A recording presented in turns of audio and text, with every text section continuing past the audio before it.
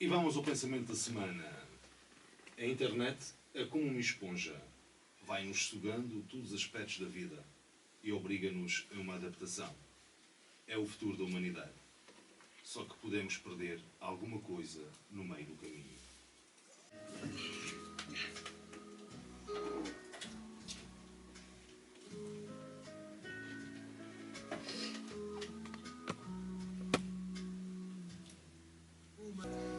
A seguir entra o genérico e entra o entrevista. Isto temos gente. Sim, a console. O genérico estava pronto. Música de fundo, Madre Deus e Ilhas dos Açores. Quase esqueceu e o que ficou, marcas deixou o que morreu. Mudam os tempos e as vontades, mudam os ventos, pensamentos e vaidades. Tudo passou, quase esqueceu. E o que ficou, marcas deixou do que morreu. São exames que fazem boa música. Isso é São Jorge, os tributos. Muito bom.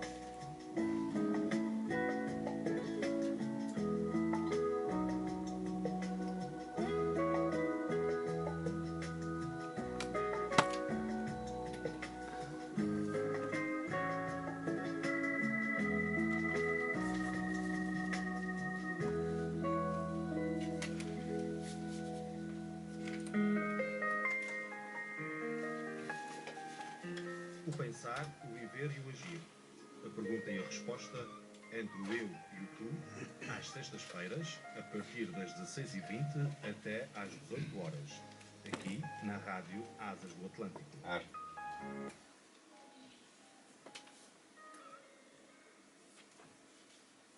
E para a conversa entre o eu e o tu, desta sexta-feira, dois homens, a mesma missão. Natural da freguesia de Santo Espírito, nasceu no dia 15 de março de 1941.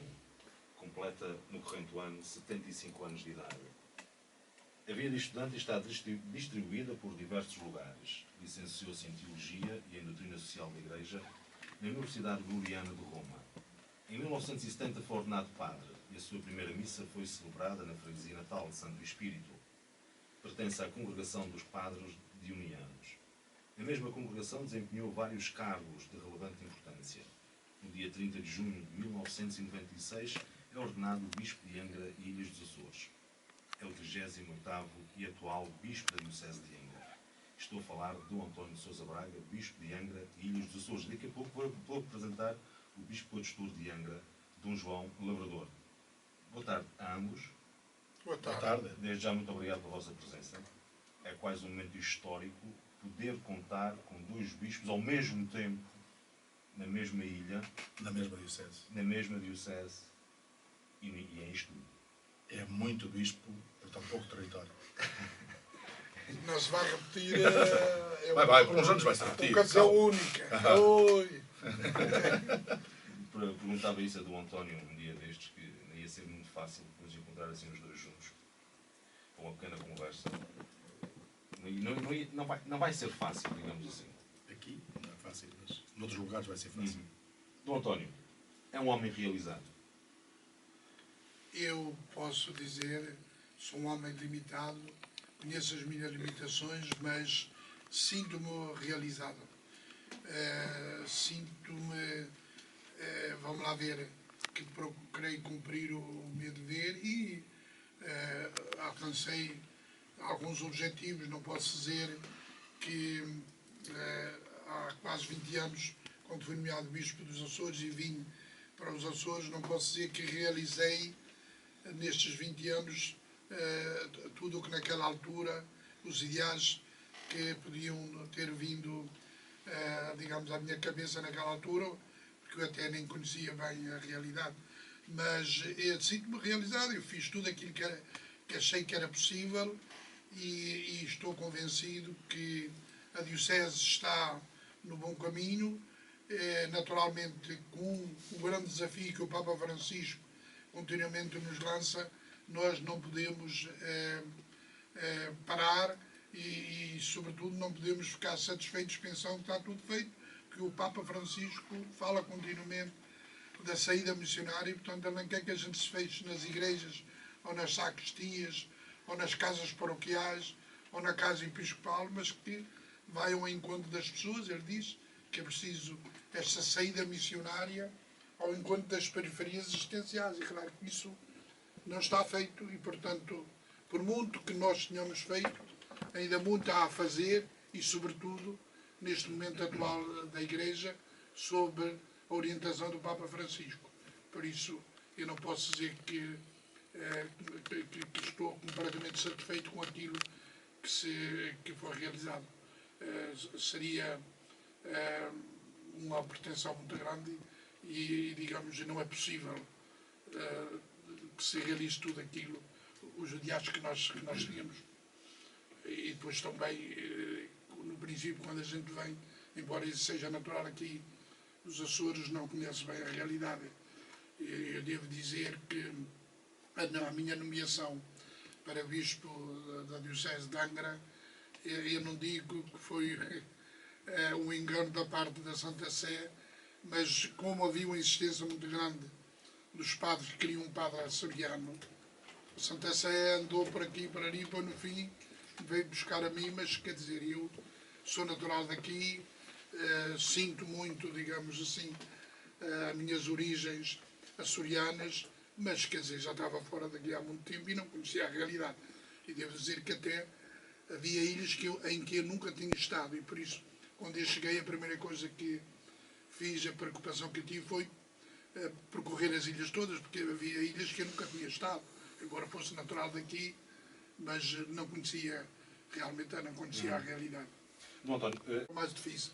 Torna diferente, portanto, é diferente a presença do bispo numa diocese dispersa geograficamente e cria alguns problemas, mas também cria vantagens. Eu vejo, e a minha experiência depois destes 20 anos, eu posso concluir que também tem muitas vantagens o facto de ser dispersa. Porque, por um lado, torna difícil às vezes as orientações pastorais para toda a diocese, que são realidades diferentes, as ilhas, que a gente fala dos Açores, mas cada ilha tem a sua história, tem a sua tradição, tem a sua sensibilidade e às vezes não é fácil ter orientações pastorais ou um programa pastoral para toda a diocese. E por isso, com a certa altura, nós acabamos com os triênios temáticos e conservamos só as orientações pastorais para toda a diocese, mas depois com a possibilidade, e aqui está a grande vantagem, com a possibilidade de haver uma certa criatividade local adequada à situação local. E isso pode-se conseguir, e nós, em partes, digamos, já conseguimos, embora não totalmente, com a realidade da unidade pastoral ilha. Neste momento, cada ilha agora é uma ouvidoria, já não há mais ouvidoria na ilha. Só em São Miguel, que é mais de metade da população, é que nós temos 6 ouvidorias. Mas as outras ilhas, cada ilha é uma ouvidoria, então houve esta aposta na unidade pastoral ilha, valorizando a intervenção e a presença e a ação do ouvidor. Portanto, para que seja possível essa unidade pastoral de ilha com uma criatividade e digamos, uma encarnação nessa realidade. Eu penso que é uma aposta que se está procurando fazer, não é fácil, mas porque exige líderes, exige que os ouvidores realmente sejam líderes aceites pelos padres e pelos leigos que estão nos grupos. E nós vemos que hoje em dia a pastoral, e a experiência que eu tenho, que a capacidade de organização pastoral das nossas paróquias e às vezes da própria diocese é muito diversitária. O que nós vemos é que os leigos, por exemplo, mais empenhados, mais iluminados, estão ligados movimentos e a grupos que, se por um lado podem dar uma boa colaboração ou podem um bom apoio à pastoral, digamos assim, normal, por outro lado nós vemos que muitas vezes eles estão mais ligados e sensibilizados à sua própria orgânica desses grupos e movimentos e às vezes não estão suficientemente inseridos na realidade pastoral. E por isso, eu penso que aqui tem que se apostar muito a unidade pastoral ilha.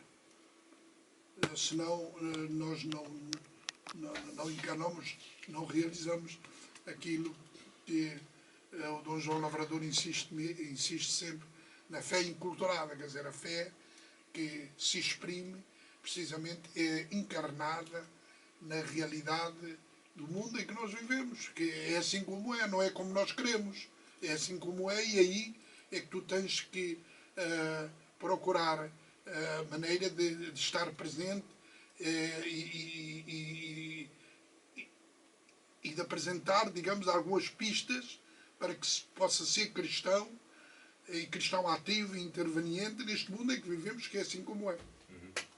Dom António, há quem diga que o senhor é um homem humilde, próximo e atento. Aceita estas palavras? Bem, eu não sei o que quer dizer humilde, no sentido, eu pertenço a uma família humilde, no sentido que nós não éramos grandes empresários, nem era, mas pronto, quer dizer, é a minha maneira de ser. Eu sou, vamos lá ver, depois desta experiência toda que eu tive como bispo e também na minha congregação, quando eu tive como vice-geral e tudo, eu tenho uma certa dificuldade em ser um homem do governo forte. Quer dizer, o meu pulso não é muito forte, portanto, mas eu tenho consciência disso e também como bispo, quer dizer, já tive muitos diálogos nas reuniões dos padres e se é verdade que os padres, por exemplo, não gostam muito que a gente intervenha e que tenha, digamos assim, decisões muito... mas às vezes diz ao seu bispo também é preciso ter um pouco mais de pulso. E eu concordo, quer dizer, eu não sou um homem forte no governo. Tenho um pulso fraco, portanto não tenho grande capacidade, digamos assim, de ter intervenções fortes. Tive alguns casos em que tive que intervir, mas eu tenho consciência que sou um homem de governo de pulso frágil, digamos assim. E nesse sentido, é porque venho, digamos, de uma experiência de uma família humilde, de uma freguesia que nós não temos grandes experiências empresariais. Portanto. Mas também, olha, também não gostava de ser, digo sinceramente, não gostava de ser um pastor, digamos, com sentido de empreiteiro, que promove, que organiza e que orienta e que faz, também, eu acho que o pastor, para seguir a sugestão do Dom João, uma fé inculturada tem que estar no meio, tem que ir acompanhando, mas pronto, mas às vezes é necessário ser quem está à frente, também tem que ter a capacidade de tomar decisões e às vezes ter o pulso forte. Também é preciso, mas sem exagerar. Dom António, em março o senhor deixa a diocese. À partida. Deixa a diocese. O que vai ser Dom António? É a pergunta que muita gente faz. Mas Dom António vai para onde? O que é que ele vai fazer? Um bispo depois de se reformar, o que é que faz? Bem, vamos lá ver. A minha ideia, realmente, quando eu fizer 75 anos, eu agora já nestas semanas, próximas horas, assim, vou escrever para a Santa Sé. Santa Sé já sabe que eu tive muito mal doente de saúde, tive praticamente um ano, não estive a governar a diocese, quer dizer, quem esteve à frente da diocese durante este ano passado, portanto, foi o vigário-geral, e até tenho que agradecer muito porque ele assumiu que eu tive mal e não podia orientar a diocese. É claro que agora eu estou em fim de mandato, quando fizer 75 anos, e quero, digamos, escrever à Santa Sé para dizer, portanto, a Santa Sé já sabe que eu estive doente e que a minha idade está chegando ao fim para a reforma como bispo residencial, já me deu um bispo coadjutor. Portanto, a Diocese já tem o seu bispo, tem o Dom João, que portanto já está começando a entrar em contato, e ele é que vai conduzir a Diocese, e portanto a minha ideia é deixar os Açores, pedir ao São Paulo, quando fizer 75 anos, deixar os Açores e ir para Lisboa. Nós temos lá, a minha congregação tem várias comunidades, provavelmente a comunidade do seminário que nós temos lá, o seminário para estudantes de teologia, provavelmente ali Alfragide, ou então, se tiver saúde, se tiver força, 2 ou 3 anos, talvez poderei ajudar um pouco na Diocese de Setúbal, onde tem lá o meu confrade, que era o nosso ex-superior-geral, o Dom José Ornelas, que está numa Diocese, tem muita população e que precisa de sacerdotes, sempre, talvez iria para Lisboa e ajudaria um pouco na Diocese de Setúbal. Mas também, eu ainda não sei bem, tenho que ver a evolução das coisas, e já disse também ao Dom João, se ele não conseguir arranjar alguém para o Corvo, que o Corvo precisa de ser substituído, o padre já está lá há 3 anos, e é bom, depois de 3 anos, seja substituído. Se ele não conseguir arranjar um que vá já para lá, se tiver saúde, não tem problema nenhum, também a ir 2 ou 3 anos para o Corvo. Não posso fazer muita coisa, mas pelo menos rezar com as pessoas posso. E lá as pessoas, lá as nossas velhinhas, rezam todos os dias antes da missa um rosário, 3 terços, de maneira que para o Corvo, sobre o Dom João precisar e tiver saúde, tudo disponível. Dom João, o problema do Corvo já está resolvido à partida. Não é com esta solução. Não é com esta solução. Não, para já eu quero agradecer muito, já agora já me está a pôr a voz, quero agradecer muito ao Sr. Padre Artur, que está no Corvo, toda a gentileza, porque todos nós sabemos qual é a situação do Corvo, que não é a única, atenção. Há muitas dioceses que têm corvos. Né? Eu conheço muito bem do continente, onde há muitas dioceses, onde há paróquias do género do Corvo, embora ali só tem o problema que o transporte é pelo mar ou pelo ar. Nas outras também são isoladas, há muitas paróquias isoladas e, portanto, também têm a mesma dificuldade. Portanto, o problema não é esse. Todas as dioceses praticamente têm algumas características onde é muito difícil realmente encontrar alguém, e até podemos quase dizer, humanamente não é justificado a nomeação da maneira como está para uma pessoa ali, a não ser que a própria pessoa tenha condições psicológicas, humanas e por aí fora, porque há pessoas assim que queiram realmente estar. Não é? Portanto, aí é uma questão, já tenho dito, sem adiantar nada, mas isto é da minha maneira de ser, eu penso que terá que ser uma questão do presbitério dos Açores. Não é? Portanto, não é um problema só do bispo, o bispo é um, naturalmente tem uma responsabilidade maior, mas é um dentro do presbitério, é aquele que ordena, e eu penso que, assim como todas as outras paróquias, também o presbitério terá que refletir e ver como é que em conjunto nós podemos encontrar uma solução que seja a resposta para o corpo. Não é? Dom António, o que é que o senhor leva dos Açores? O que eu levo dos Açores? Saudade. Levo saudades, é verdade, saudade. E levo uma impressão positiva, porque aqui senti-me, como eu dizia, senti-me realizado, e depois vou muito descansado, porque a Diocese está bem entregue.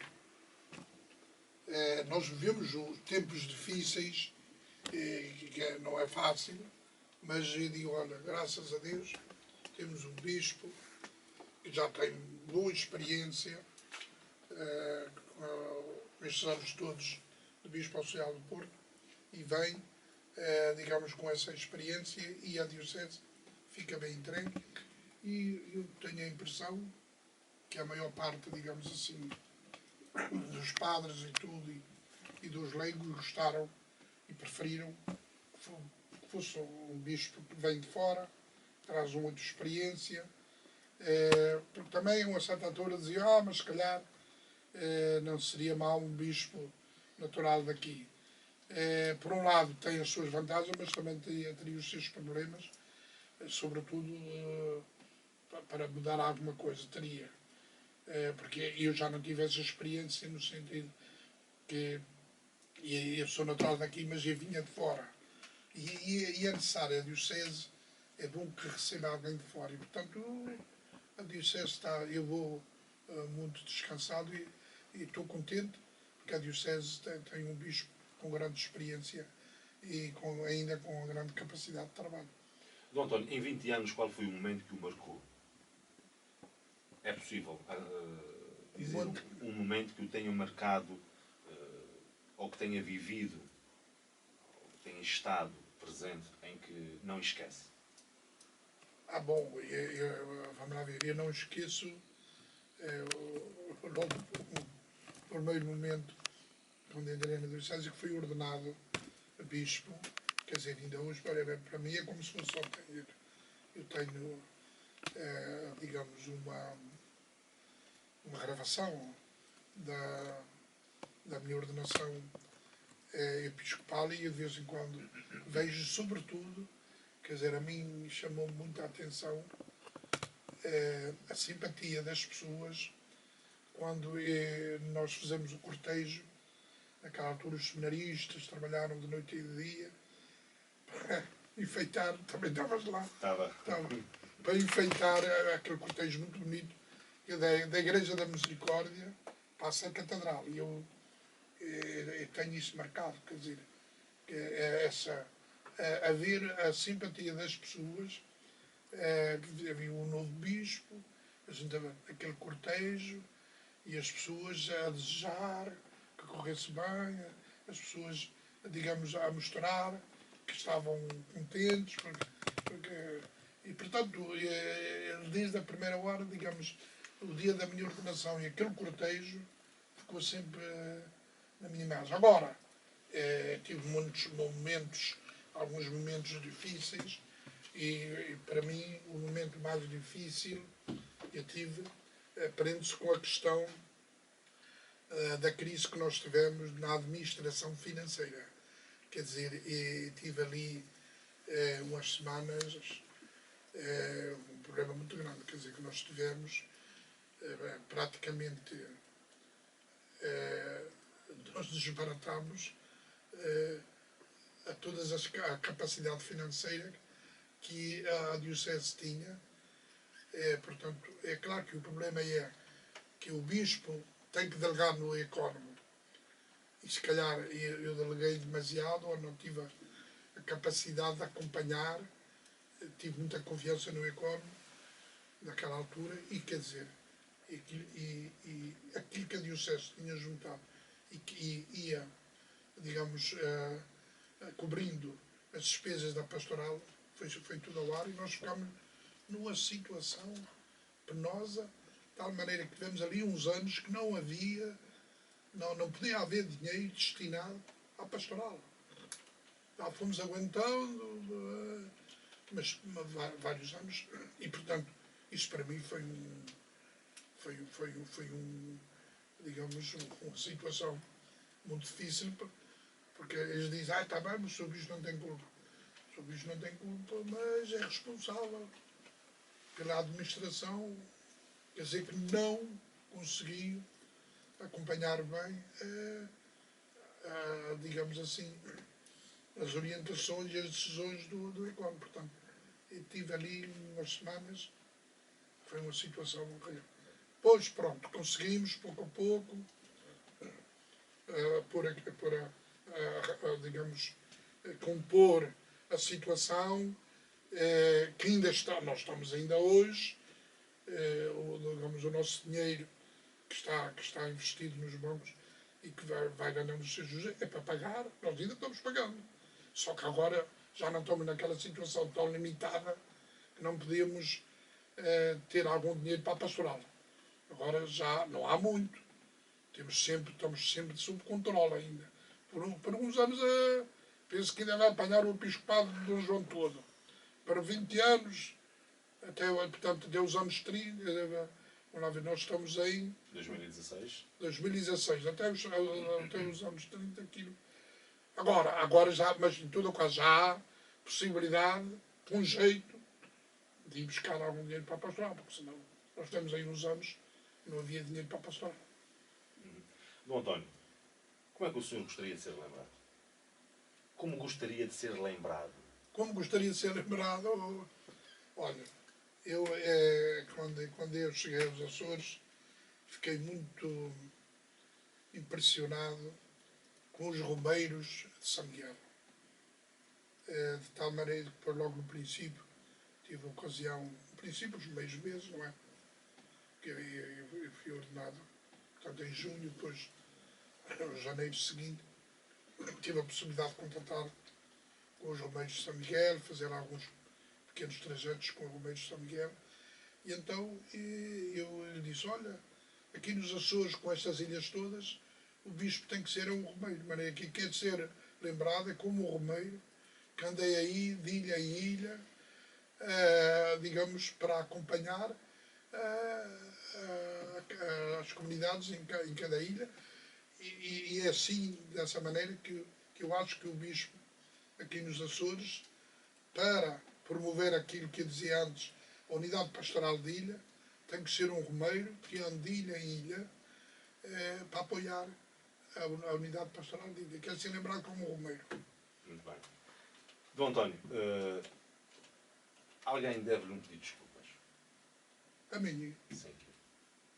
não, por acaso, eu nunca pensei nisso. E não sinto necessidade, que nem estou à espera que alguém peça desculpa. Agora, que alguém, por exemplo, tenha prejudicado a Diocese e que peça desculpa, digamos, à Igreja que está nos Açores, à Diocese, está bem, a mim não. Eu não estou à espera disso, nem, aliás, nunca pensei. E o senhor deve algum pedido de desculpas a alguém?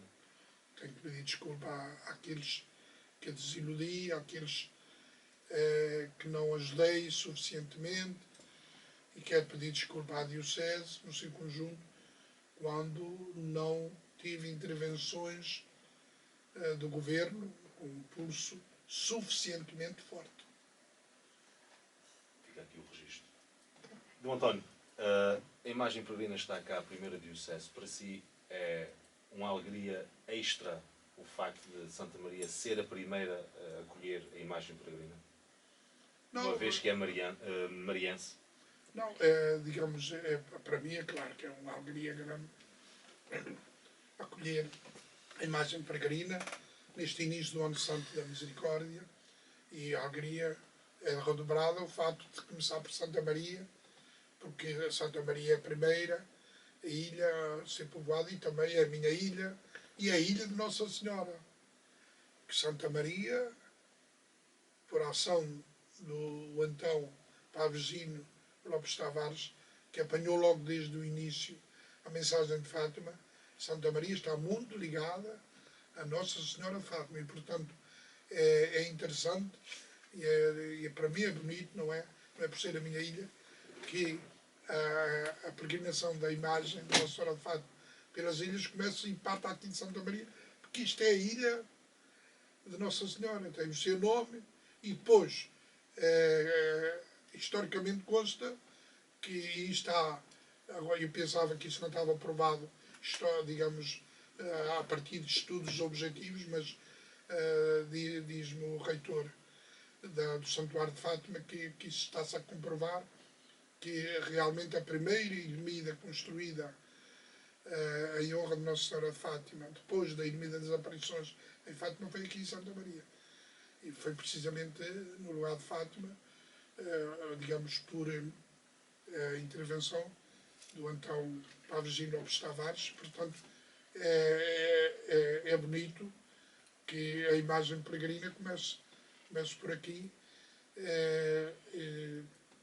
porque tem uma ligação especial a Fátima, às aparições de Fátima, porque tem a primeira capela que foi construída ainda antes das aparições terem aprovação. Isso foi por ação do então Padre Virgínio Lopes Tavares, que era pároco de São Pedro, e que deve ter estado em Fátima, deve ter trazido, e digamos, e é bom, portanto, que nós continuemos. Nós assinalamos, e li no livro de tombo da matriz, assinalamos As bodas de prata das aparições, está lá tudo, por intermédio de uma sobragem. Depois assinalamos as bodas de ouro. E agora queremos estar em comunhão com a Diocese de Leiria, com todas as dioceses de Portugal, a preparar o centenário. E é muito bom que vai ser o centenário em 2017. É muito bom que nós tenhamos estes 2 anos preparação para o centenário e com tendo a imagem peregrina em 2016. Porque nas outras dioceses de Portugal é uma semana ou 2 que a imagem peregrina vai passar em todas as dioceses. Aqui, em todas as ilhas, e começando por Santa Maria, que a ilha é a sua ilha. Muito bem. Dom António, última pergunta. O que é que diz o seu coração neste momento? O meu coração, eu não sei se o coração fala, mas eu sinto-me muito sereno, sinto-me, digamos assim, de algum modo, uma pessoa feliz e, como diz o nosso povo, afortunada no sentido que tive saúde, tive a possibilidade de ter estes quase 20 anos de episcopado aqui nesta diocese, e sinto que a diocese está bem entregue e eu estou em fim de mandato, com a alegria de estar ainda aqui na diocese e de poder acolher a imagem peregrina de Nossa Senhora, e portanto eu sinto-me feliz, sereno e agradecido. Que assim seja. Obrigado, Dom António. Obrigado, eu. Ora, o nosso convidado também de hoje nasceu a 18 de fevereiro de 1956, em Seixo de Mira, Concelho de Mira, Distrito de Coimbra. Foi ordenado presbítero em 1981, na Sé Nova de Coimbra, e era desde 29 de junho de 2008 bispo auxiliar do Porto. Até chegar aos Açores frequentou o Seminário de Boarcos, Seminário Menor da Figueira da Foz, Seminário Maior de Coimbra, colaborou na vida pastoral da Paróquia de Pombal, foi professor responsável pelo Secretariado Diocesano da Pastoral Juvenil e também assistente do CNE, desempenhou vários cargos na Diocese de Coimbra, foi secretário da Comissão Episcopal da Cultura, dos Bens Culturais e da Comunicação e das Comunicações Sociais, reitor do Seminário Maior de Coimbra, já referi bispo auxiliar do Porto, frequentou também a Universidade Pontifícia de Salamanca, terminando a sua licenciatura canónica na área da Teologia Dogmática e, em 1991, fez o currículo escolar para o doutoramento. Tem um lema de vida: tu segue-me. Dentro de poucos meses será o 39º Bispo dos Açores e atualmente é Bispo Coadjutor, depois de 7 anos ao serviço da Igreja do Porto. Estou a falar de Dom João Evangelista Pimentel Lavrador. Mais uma vez, boa tarde, Dom João. Muito boa tarde. E seja bem-vindo a este espaço. Dom João, surpresa, confiança, desafio. Foram palavras suas numa entrevista. Continuam a ser as 3 palavras que estão a marcar o seu início desta vida apostólica, nesta nova realidade, nesta diocese? Sim, posso dizer que sim, embora pouco a pouco se vai desvanecendo alguma, não é? Uhum. A surpresa vai-se desvanecendo, é natural, a confiança aumenta, não é? Portanto, e a outra expressão que era de desafio. E os desafios também são constantes, portanto, aí podia dizer que realmente foi uma surpresa total a todos os níveis, até pelo enquadramento do tempo, quer dizer, porque, em primeiro lugar, em setembro é uma altura em que nós estamos a preparar o próximo ano, que já vem de trás, mas já estávamos a preparar desde maio, junho, com um plano pastoral e por aí fora, e com apostas, e por aí fora. Portanto, nada levava a crer que eu, em setembro, fosse nomeado para outra diocese, senão continuar o meu trabalho que estava a fazer muito bem, e muito bem neste sentido, me sentia muito realizado no trabalho que estava a fazer na equipa episcopal liderada pelo Sr. Dom António Francisco. E por isso, em primeiro lugar, é essa surpresa, não é? A outra surpresa, e que eu na altura também referi, tinha a ver precisamente com a Diocese dos Açores. Eu nunca pensei que da minha parte viria aqui para os Açores. Portanto, para mim, isto agora com toda a abertura, pensaríamos que à partida seria um presbítero daqui que seria chamado a ser o Bispo dos Açores. Era o mais normal, dado o contexto, embora uma diocese dentro do contexto português, mas no fundo tem as suas características próprias e, portanto, que à partida seria. Portanto, eu nunca teria colocado qualquer hipótese assim. Portanto, foi uma surpresa total. Portanto, dadas todas estas realidades, portanto, por um lado, senti que a própria surpresa tinha um cunho, que agora se liga um cunho ao desafio, que é realmente sentir, pronto, apesar das minhas limitações, é aqui um convite que me é dirigido e que eu aceito precisamente como um grande desafio, a que eu agora vá e dê o melhor de mim no trabalho que tenho a realizar, mas sobretudo na confiança. Eu a partir de uma certa altura da minha vida, fui-me habituando a confiar muito e não estar tão preso às limitações, embora as sinta sempre, não é? Eu aí sigo um bocadinho aquilo que um bispo uma vez dizia, que todos os cargos para os quais tinha sido chamado sentia que não tinha competência para eles. É engraçado, olhei para ele e disse assim, aqui está precisamente o que eu sinto. Mas já do tempo em que eu era padre na minha diocese, eu sentia que muitos dos cargos a que realmente me pediam, eu olhava e dizia assim, eu não tenho capacidade para isto, eu não sei o que é que vai acontecer com esta situação. No entanto, digo assim, mas se te pedem, diz que sim. E por isso é que eu sinto, e por isso na altura do convite que foi dirigido para aqui, como já quando foi da minha ordenação e noutras alturas, eu fui tendo como programa de vida, quando a gente diz sim, sentimos mais libertos, assumimos mais a liberdade e, naturalmente, há aqui uma confiança muito grande e, portanto, o trabalho é de Deus, nós colaboramos até ao máximo que pudermos e é nessa confiança que eu aqui estou. Sempre que o Dom João sai de Coimbra, vai para o Porto e do Porto segue para Angra. Para Angra. É esse o trajeto. Não é? Mas eu diria ainda mais, não é? Eu saio de Mira, vou até Coimbra. Sim. Eu de Coimbra vou para o Porto e de Porto depois venho até Angra. Esse é o seu trajeto, realmente. Dom João, tu segue-me. É o seu lema pessoal. Certo. Porquê? Olha, esse lema tem uma história, não é? Como todos os lemas, certamente, porque nos identificam. E a história é muito simples. Esse lema foi o lema da minha ordenação sacerdotal, de presbítero.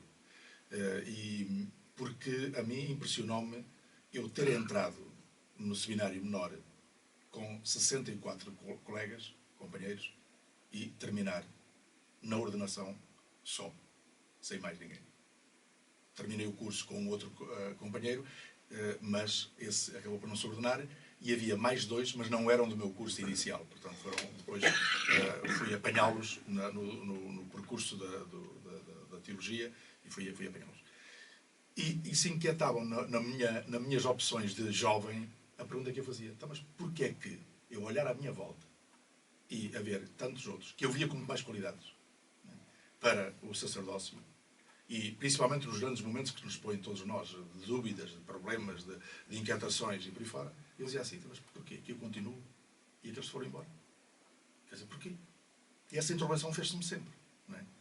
Até que, num determinado momento em que se dá precisamente aquela viragem na decisão, que já eu estava adiantado um pouquinho no curso, e foi precisamente meditando em duas leituras.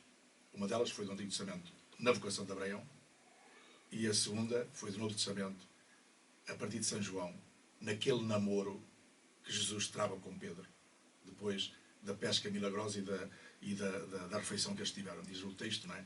Que eles se sentaram e Jesus perguntou-lhe, tu amas mais do que estes? E Pedro diz que sim, por 3 vezes, não é? E Jesus, no final, quando ele o questiona sobre o outro, ele diz, que te importa é esse? Tu segue-me. E eu encontrei ali a resposta.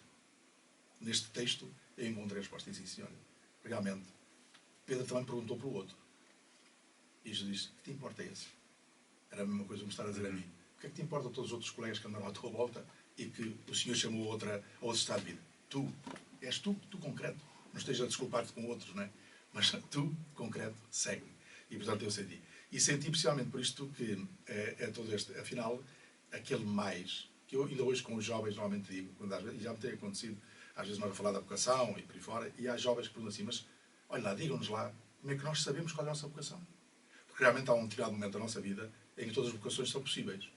Não é? Ser padre, ser religioso ou religiosa, missionário, normalmente o missionário tem muito aliciante, ou ser casado, não é?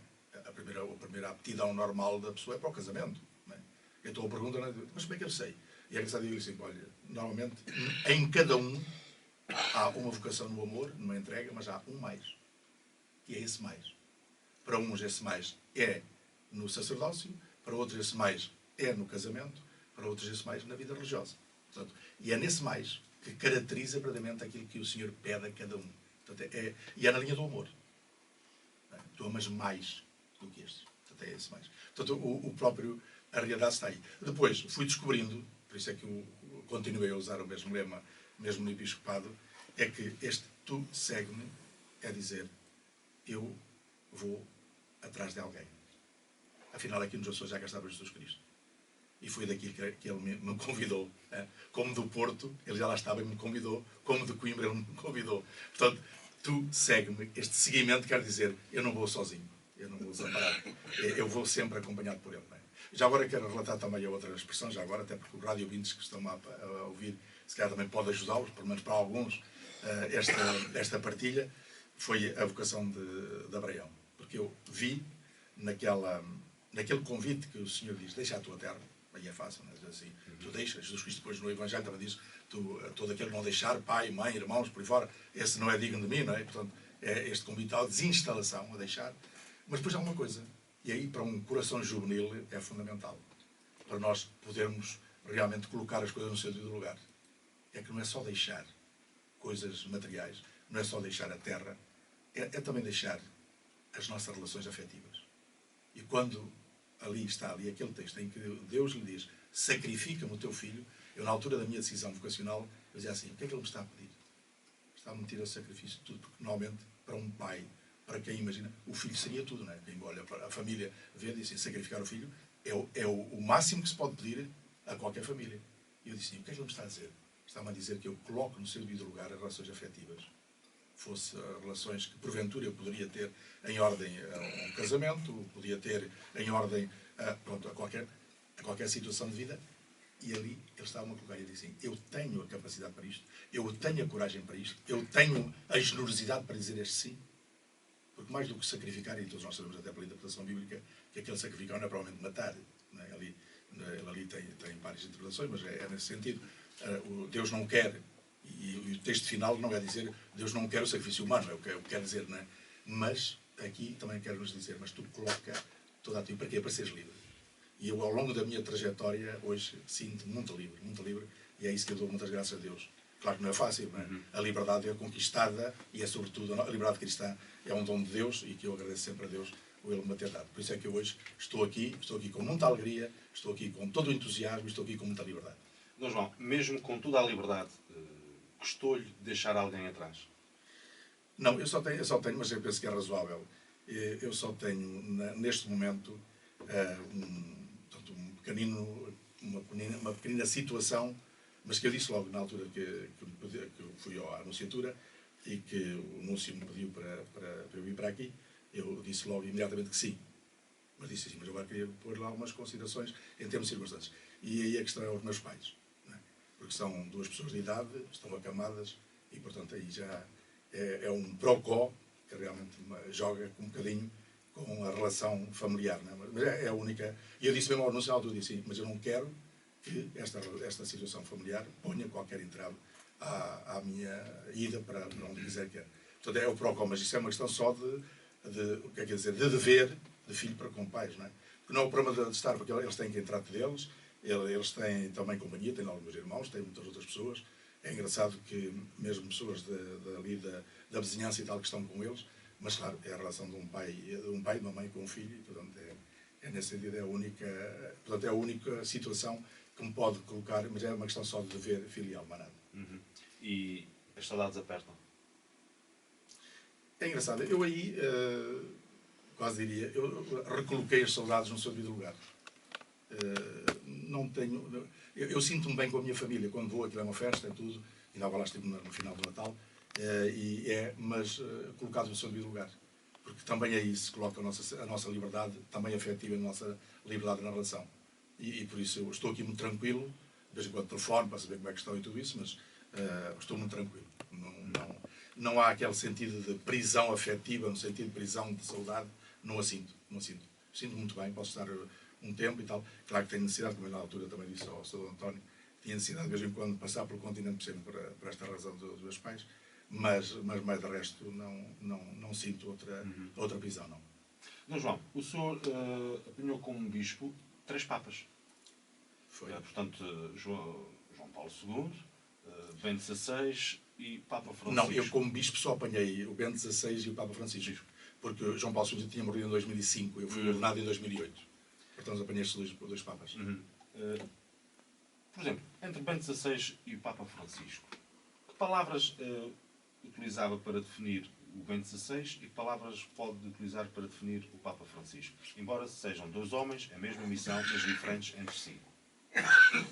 Eu estava aqui agora, porque não é fácil assim logo de repente usar uma expressão, mas eu diria, o Papa Bento XVI, eu vi-o sempre com uma profunda fé, mas uma fé sempre ligada à inteligência. E foi isso que ele quis realmente oferecer. Aquela expressão que já estava daquela encíclica, a fé e a razão de João Paulo II, que há quem diga que de alguma maneira o Papa, naquela altura, o cardeal Ratzinger terá também tido ali em sua mão, né, porque é muito da linha do Papa, portanto, do Papa Bento XVI, um homem que eu penso que tem intuições únicas na vida da Igreja. Este caso dele sentir que as suas forças estavam limitadas e que já não dava para responder às exigências da Igreja, e ter um caso quase inédito, não é inédito na história, mas nos últimos tempos, séculos e séculos, é inédito, dele dizer, eu vou resignar, vou-me colocar no meu lugar de emérito em relação ao Bispo de Roma, e agora vamos escolher outro Papa. Isto é de um alcance extraordinário e é de um homem que tem uma grande liberdade também, não é? Portanto, não fica preso a realidade nenhuma, nem sequer ao seu cargo. Não é? Portanto, eu penso que o Papa Bento XVI é isso. Por isso ele foi muito mal entendido. Às vezes também a gente sabe que muitas vezes é feito não pela realidade daquilo que ele é, mas pelos preconceitos que se criam acerca das pessoas. Não é? O facto de ele ter tido o cargo, que é um trabalho que teve na Igreja, isso marcou o facto de ter estado na doutrina da fé, onde ele teve que atuar, não por ele, não é? Mas pela realidade do que era o seu ofício, para bem da Igreja, isso marcou-me.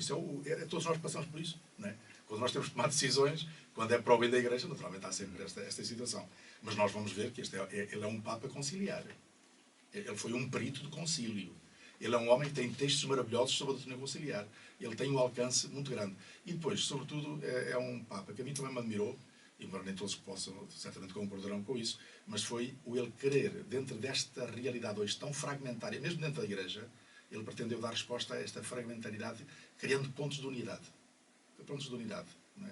Para ajudar, e só um caso muito concreto, o esforço que ele teve perante aqueles residentes, não é? De Lafebre e outros assim. Não é? Se calhar até, para muitos até acham que foi exagerado, mas eu penso que a intenção dele era muito meritória, não teve assim grande resultado, mas eu penso que a situação dele era muito meritória. O Papa Francisco realmente nós podemos dizer, é um homem inteligente, sem dúvida, mas é essencialmente um homem prático. Ele reconhece que, afinal, a vida pastoral da Igreja hoje tem que passar pelo testemunho. E, portanto, o testemunho tem que ser logo daqueles que estão à frente. E por isso ele próprio se põe como testemunho. E por isso aquilo que ele diz, e todos os que o conhecem, dizem que o que ele está a incentivar na Igreja e todas as propostas que ele está a dar para a Igreja não é algo de teoria, ele parte da sua convicção, porque, como ele dizia uma vez, eu lia isso precisamente na sua biografia, é que ele dizia que, já que o escolheram para Roma, ele transportava a sua experiência de Buenos Aires para Roma. E, portanto, não levasse a mal, mas essa era a sua experiência. E realmente a gente está a ver que ele, praticamente, o que ele está a fazer em Roma era o que ele fazia como bispo ou arcebispo e cardeal em Buenos Aires. Portanto, eu penso que é um homem que é uma grande graça para os tempos de hoje. E nós agora percorrendo, eu uma vez fiz esta pesquisa até para uma questão de formação a nível da Diocese onde venho, e vendo o que foi o percurso do Vaticano II e como cada Papa foi fazendo o seu percurso, ajudando a ler a realidade, como é que hoje o concílio se torna presente na vida da Igreja. E pouco a pouco, desde a Evangelho Anunciando, um documento único que ainda não foi ultrapassado e que é ponto de referência para todos os Papas e para toda a proposta de evangelização. Passando depois por João Paulo II com a grande proposta da nova evangelização. Todos nós nos recordamos aquela hesitação entre re-evangelização e nova evangelização, e depois, por fim, ele vem dizer nova evangelização. Nova nos métodos, nova nas linguagens, sobretudo nova no ardor. Depois, Bento XVI, que continua com a expressão da nova evangelização, mas que a vai enquadrar. Ele propriamente vai criar um organismo a nível da Santa Sé para ajudar nesta nova evangelização. Vai, inclusive, abrir para este diálogo com o que ele chama o Ato dos Gentios, não é? Toda esta experiência de diálogo com os afastados da fé, sobretudo com a linha do pensamento, com as realidades da cultura. E vem o Papa Bento XVI, o Papa Francisco, e levanta uma questão muito engraçada, muito curiosa. Ele quase deixa de falar da nova evangelização. Porque ele vai ao conteúdo. E ele diz assim, pois a nova evangelização faz-se, mas através dos novos evangelizadores. E o novo evangelizador é aquele que se encontra com Cristo. E no encontro com Cristo sente a alegria profunda para depois poder testemunhar este Cristo junto dos seus irmãos. Vejam que o Evangelho, Evangelho Gáudio, né, que ele tem, que é o grande documento programático que ele próprio diz, é daqui que ele parte. E é daqui que ele depois vai realmente fazendo todo o percurso para oferecer para a Igreja esta forma de estar apostando precisamente nos evangelizadores. Eu penso que isto é uma graça muito grande. Portanto, é purificar a Igreja, é colocar cada um que se encontra com Cristo, precisamente na dimensão de ser testemunho de Jesus Cristo. Dom João, em pleno século XXI, como é que podemos falar de Cristo à sociedade? Eu aí penso que, estando na sociedade, a própria sociedade tem que nos dar indicadores para onde é que nós devemos usar a linguagem para lhes oferecer Jesus Cristo. Porque, atenção, Jesus Cristo já lá está. Jesus Cristo já está aí na sociedade. Uma das grandes... Esta perspectiva está sempre no cristianismo desde o início, mas sobretudo no Concílio Vaticano II, quando se deu esta, eu não diria distinção, acaba por ser duas realidades que são complementares, mas entre Igreja e Reino de Deus, eu penso que isto é fundamental e temos que o recuperar. A Igreja não é o todo. A Igreja está ao serviço do reino que está a ser construído no meio do mundo. E esse reino que está a ser construído no meio do mundo é o próprio Espírito que está a realizar. É o próprio Jesus Cristo que está aí. Agora está encoberto. Encoberto por tantas coisas. Podem ser mentalidades, podem ser ideologias, podem ser indiferenças, o que nós chamamos normalmente que é a limitação e o pecado, que no fundo estão nas estruturas e que não deixam de ter essa visibilidade.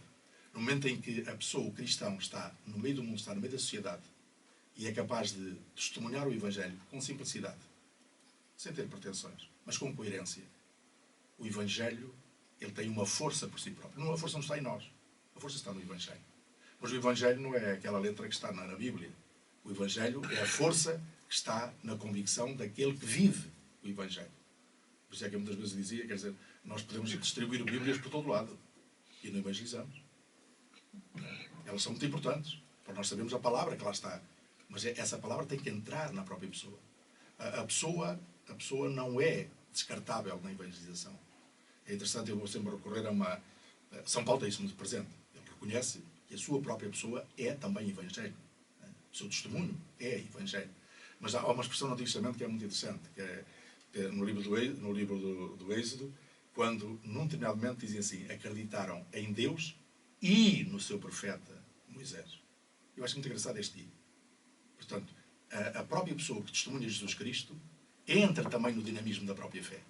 E por isso é que desde os bispos, desde os presbíteros, depois dos catequistas, desde todos, os pais e por aí fora, são muito importantes para a linha da fé. Mas eu diria agora, voltando à pergunta, que é, eu penso que é estando na sociedade. É auscultando realmente o que a sociedade nos diz, o que a sociedade nos pergunta, porque é aí que depois... Porque o problema que se coloca muitas vezes é um problema de linguagem, é um problema de entendimento. Porque nós temos que partir de uma questão, é que todo o ser humano é ávido de transcendência. Uns reduzem a transcendência ao seu próprio ser e às suas circunstâncias sem mais. É uma transcendência imanente, há um motivo a dizer, não é? Há outros que, graças a Deus, reconhecem que esta transcendência tem um nome, porque lhe foi revelado, não é? Mas todos vivemos nessa... Essa transcendência é aquilo que nos faz sair de nós próprios, é ir mais além. Ora, é neste ímpeto interior que se dá verdadeiramente o tal diálogo que é possível. E por isso é que é muito importante, mesmo à luz da própria razão, que cada ser humano não entrave este ímpeto interior, mas que o descubra. E aí está o papel do cristão, que é oferecer no seu testemunho que aquilo que todos andam à procura é precisamente este Jesus Cristo que o cristão transporta em si próprio, não é? Mas para oferecer como testemunho tem que lá estar. Não posso estar refugiado na igreja, não é? Portanto, ele tem que lá estar. E tem que lá estar nas circunstâncias normais que são a vida, quer dizer, é desde a generosidade, é desde do carinho que se presta, é desde o amor que se partilha, é desde de uma vida que se gasta por os outros. Tudo isto interroga e tudo isto é resposta. Realmente é o tal aquilo que um teólogo, Rana, dizia, os cristãos anónimos, não é? Muitas vezes os seus gestos transportam tanta riqueza de Deus e muitas vezes nem sequer o conhecem, não é? Mas eu penso que esta que é realmente a realidade. E por isso esta proximidade com a sociedade, com as pessoas, estar com elas, descobrir nelas quais são os pormenores, as características pelas quais nós podemos estar com elas. Eu penso que isto é fundamental. Mas, João, um sínodo diocesano vai ser uma realidade? Bom, essa proposta devo aqui ao Sr. Dom António, que eu agradeço-lhe imenso, porque ajudou-me na ideia, a lançar a ideia, que às vezes é o mais difícil, é lançar as ideias e que elas tenham que percurso. Agrada-me muito que ela tenha tido já eco de desejo, não é? Para se concretizar. Para mim, eu gosto em duas situações, porque eu gosto muito de uma igreja que seja sinodal. E mesmo sem a estrutura do sínodo, a igreja deve ser sinodal. Quer dizer, é uma igreja em comunhão e em corresponsabilidade. É uma igreja que é capaz de assumir a vida da diocese, neste caso da diocese, em conjunto. Por isso é que há um bocadinho, quando falávamos naquela questão do corpo, eu dizia que é um problema da diocese, não é um problema só do bispo. Não é? Da própria diocese, assim como o corpo, como as outras realidades, se calhar amanhã numa pastoral de uma cidade, que é preciso também equacionar, porque as coisas não são iguais. A Itália preocupa-se muito com estas situações mais limitadas e esquecemos que a pastoral das cidades hoje é um problema grave. E que nós também temos nós temos aqui algumas cidades que também precisam de um estudo e de uma resposta ao que é hoje o meio urbano. Não é? Portanto, e isso é do clero, e é do bispo, e é dos leigos mais responsáveis, e é daqueles que no fundo intervêm, e até daquelas pessoas de boa vontade que se preocupam pelo bem da sociedade e que sabem que o cristianismo tem uma interferência social importante e que entra no âmbito da transformação da própria sociedade. E, portanto, também essas pessoas são interessantes de ouvi-las portanto, escutá-las e colocá-las também nesta linha de nos ajudar. Portanto, uma igreja em sínodo é uma igreja conciliar. É uma igreja em sínodo. Agora, a outra é o instrumento, ou seja, a organização, o instituto, a instituição do sínodo. Né? Essa aí já é diferente, que é, no fundo, colocarmos numa atitude de verificação, uma análise profunda, numa atitude de conversão. E aí tem que ser uma realidade que tem que partir de todos os agentes, tem que se colocar numa atitude de renovação. Portanto, não é pura e simplesmente uma questão estratégica. Um sínodo não é uma estratégia só. Também é, mas não é só. O sínodo é uma caminhada na fé e uma caminhada na renovação. E se aqueles e aí é toda a diocese num primeiro plano. Depois há os delegados que entram mais, que são, de alguma maneira, aqueles que trazem as preocupações, que trazem as propostas, mas todos em conjunto, é um momento de renovação. Ora bem, isto é de uma riqueza extraordinária. Quer dizer, ao mesmo tempo que se vai equacionando a vida de uma diocese, temos uma diocese toda em renovação, a ler o concílio, a ver todos os documentos que vêm depois, a ler a realidade de hoje, a ler os sinais dos tempos, a tentar responder, para depois quê? Para depois fazer propostas pastorais e adequar estruturas às propostas. Porque isso depois é que tem a coisa, que não basta apenas a gente ter propostas e lindos princípios pelos quais se deve caminhar e tal, depois temos que, depois para isto como é que é? Depois há estruturas próprias da diocese que têm que entrar. Ora bem, e tudo o sínodo tem que... E depois há a legislação, porque também há a legislação própria do sínodo. Embora ela não tem que atender sempre à legislação universal, a da Igreja, ao Código de Direito Canónico e outras, portanto, tudo aquilo que são rituais e por aí fora, mas depois há realidades que ainda podem ir para além e podem ajudar a equacionar algo normativo para a diocese, que parte também do sínodo, né? Portanto, tem essas linhas todas. Mas isso é um trabalho, vejam que é um trabalho bastante abrangente. Para mim, pronto, eu sinto isso com muita alegria e penso que ao seu tempo teremos isso. Agora, eu penso que é um trabalho prévio que já começou. Não é? Portanto, a vida do diocese já começou. Portanto, há 500 anos, pelo menos aqui, não é quase há 500 anos, já começou a vida do diocese. Eu quero dar graças a Deus, já vou ter aqui o Sr. António, dar graças a Deus pela vida e pelo dinamismo, pelo trabalho que o Sr. Dom Lourenço fez e, através dele, a todos os outros que estão. Porque eles, apesar de, naturalmente, de ser num determinado tempo, e os tempos estão em mudança permanente, e isso é realmente aquilo que nos afeta mais, mas deixaram-nos uma diocese preparada para enfrentar o futuro. Isso para mim é que me dá muito conforto e muita alegria. Por isso, Sr. António, muito obrigado pelo seu trabalho e pela sua presença e por aquilo que realmente foi realizado, porque nos deixa sossegados. Porque, permitam-me que eu diga isto, não haja dúvida, o clero não é tudo, mas é a parte mais importante. Uma diocese sem um clero, em primeiro lugar, em número suficiente. Segundo, bem formado. Não é? Um clero que, apesar com as suas características próprias, é natural, mas com um sentido de presbitério que é importante. Isto é um dado fundamental para uma diocese. Depois, ligado aqui, a quantidade de leigos formados que temos, não é? Que ajudam e bem formados. Portanto, tudo isto é um trabalho extraordinariamente bom para agora podermos avançar. Mas, claro, agora temos que dar um passo, não é mesmo? Porque eu, ainda há pouco tempo, a falar com alguém que era muito entusiasta do sínodo, até escreveu num dos jornais, dizia isso mesmo, agora estamos na altura de lançar o sínodo. E eu disse, está bem. Só que, se o sínodo depois há de dar estruturas de renovação, há aqui algo que nós temos que planear antecipadamente, que é estruturas de dinamização. Porque se nós não pusermos estruturas de dinamização da Diocese, vamos lançar um sínodo, e eu não quero agora estar aqui, conheço, eu estive a orientar foi o de Coimbra, portanto, até terminou em 99, mas, portanto, desde 93 a 99. Mas olhando para outras dioceses, e alguns foram muito deficitários precisamente por isto. É que lançaram-se no sínodo, mas não criaram as estruturas de renovação e de mobilização. A partir daí não há portanto, porque fica-se numa estrutura seca, fica numa estrutura jurídica e por aí fora, e depois não tem o impacto que devia ter. Por isso é que eu digo, quer dizer, a ideia é ótima, eu vou acolhê-la com todo o agrado, até porque já trago esta experiência realmente da Diocese de Coimbra. Se for preciso, também ainda lá tenho esses documentos todos de arquivo, e portanto não quero dizer que venham para aqui, porque não é, aqui é outra realidade, mas em termos de estrutura, a estrutura de um sino é praticamente igual em todo lado, não é? Portanto, mas há este trabalho agora, e eu aí já agora quero lançar já este convite, é que realmente a nível de todas as estruturas diocesanas, desde o clero até depois, e alguns diáconos que temos, e depois até todos os leigos responsáveis, até aos institutos religiosos, que nós criemos esta ideia e sintamos que temos que nos unir muito em comunhão uns com os outros e começar realmente de uma maneira naturalmente simples, caminhando, mas para criar essa estrutura de dinamização da Diocese, porque o sínodo é verdadeiramente uma renovação da Diocese. João, nós já estamos a terminar e gostaria de fazer umas pequenas perguntas. A vida é uma arte? Também é. É engenho e arte. Mas, sobretudo, é um grande dom. Sobretudo, é um grande dom. E eu parto sempre deste sentido que eu sinto muito agraciado por Deus, não é? E sinto muito protegido. Eu não sei porquê, parece que ao levantar, ao deitar, ao andar, quer dizer, este sentido de dizer assim, bom, perante todos os problemas que a gente pode ter, este sentido de alegria. Eu digo assim, só Deus é que pode estar aqui. E por isso, antes de mais, é um dom. Mas depois também temos que pôr aí alguma coisa, não é? Também temos que pôr aí também há uma arte e há um engenho, não é?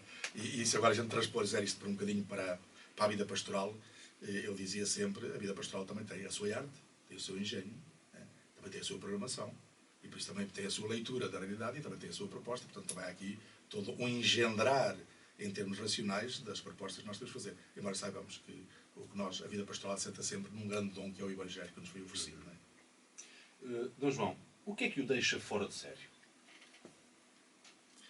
Eu quase diria que não...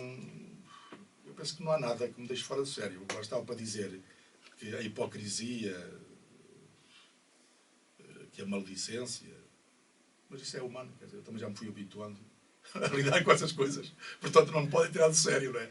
A gente também sabe que, pronto, a gente diz assim, bom, não havia de existir isso, não é? A gente gosta de lidar com a candura, com a limpidez, com a seriedade, com este sentido mais de colaboração, tudo isso e tal. Às vezes encontramos com situações que a gente chama hoje, às vezes, lobbies, não é? E a gente diz que, claro, quando há um lobby há uma pressão, há ali pouco de racional, não é? E há muito mais de emotivo. Isso aí às vezes preocupa, mas, no fundo, quando a gente às vezes vê que há determinados interesses por trás de determinadas questões que não são assim muito límpidos, esses interesses e tal, que também estão aí na sociedade e muitas vezes põem.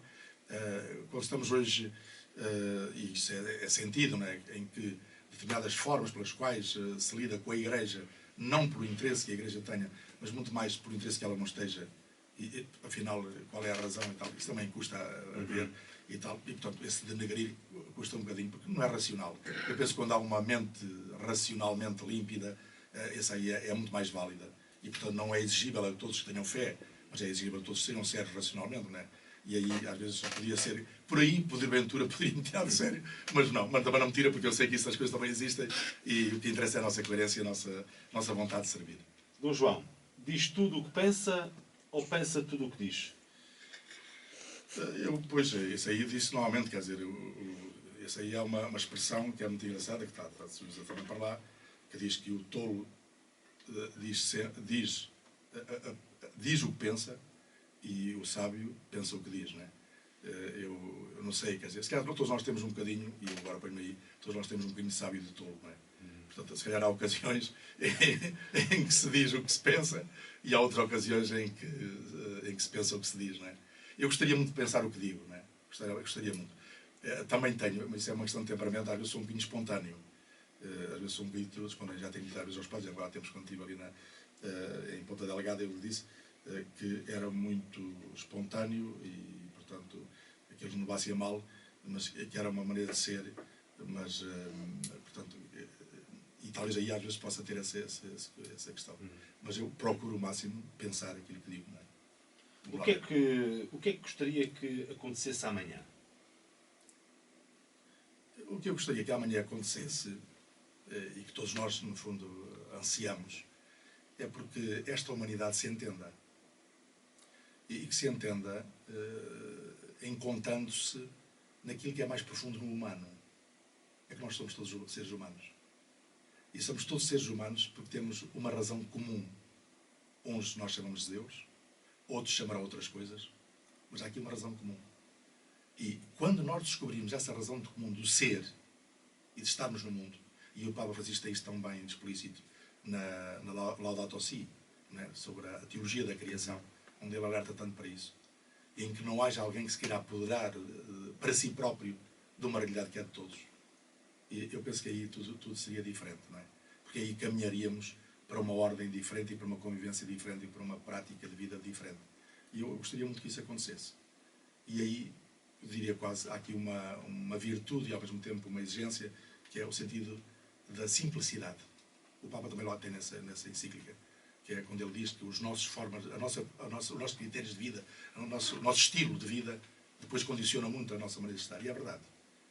E eu penso que nós temos que, a nível deste mundo, que ainda tem muitos brotes de arrogância, nós temos que ser muito mais simples. Os políticos têm que ser mais simples, os interventores sociais, os que têm autoridades públicas, e nós, a Igreja, também temos que ser mais simples. Não é? Nós, na Igreja, também temos que ser mais simples, porque também estamos neste mundo e às vezes também podemos ser muito arrogantes. Portanto, temos que primar pela simplicidade, porque a inteligência está nos simples e nos humildes. João, a última pergunta, é a mesma que fiz a do António. O que diz o seu coração? Olha, o meu coração diz-me que estou sereno, calmo, com um entusiasmo muito grande para servir e, portanto, haja campo para este pobre labrador trabalhar. Que assim seja também. Muito obrigado. Obrigado, João. Obrigado também para todos vós e para os rádio ouvintes. Obrigado. E chegamos assim ao fim de mais uma conversa entre eu e o Tu. Até para a semana. Até lá, um excelente fim de semana. Um agradecimento a todos aqueles que tornaram possível este programa e também um obrigado aos nossos ouvintes. E já sabe, daqui receba aquele abraço. Obrigado a Dom António, obrigado a Dom João, obrigado César e até para a semana.